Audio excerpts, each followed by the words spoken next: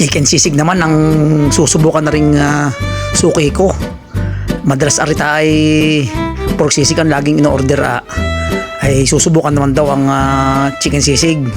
Siguro ay naumay nung Pasko ng puro baboy at siguro ay healthy muna daw sa unang pasok ng taong 2024, kaya naayo tad na ako ng sibuyas at 2 kilong chicken sisig daw ang kanyang orderin. Ari pang sarili lang niya, pang stock, pwedeng pamulutan o kaya ay pang ulam sa bahay. Basta ari sukoy ko sa pork sisig ay susubok daw rin ng chicken sisig naman. Ayan 2 kilo daw frozen sisig chicken.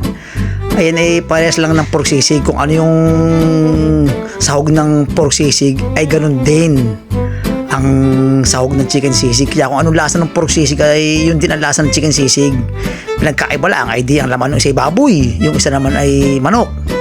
Ganyan din, iinitin mo lang, lalagyan mo ng siling haba, siling green.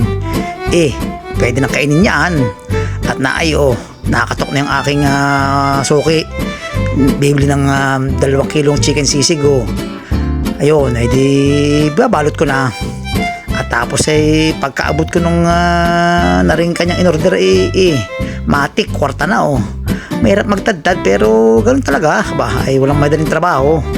Ayun, ay di sir, salamat ay yung mga order ng sisig dyan dali na.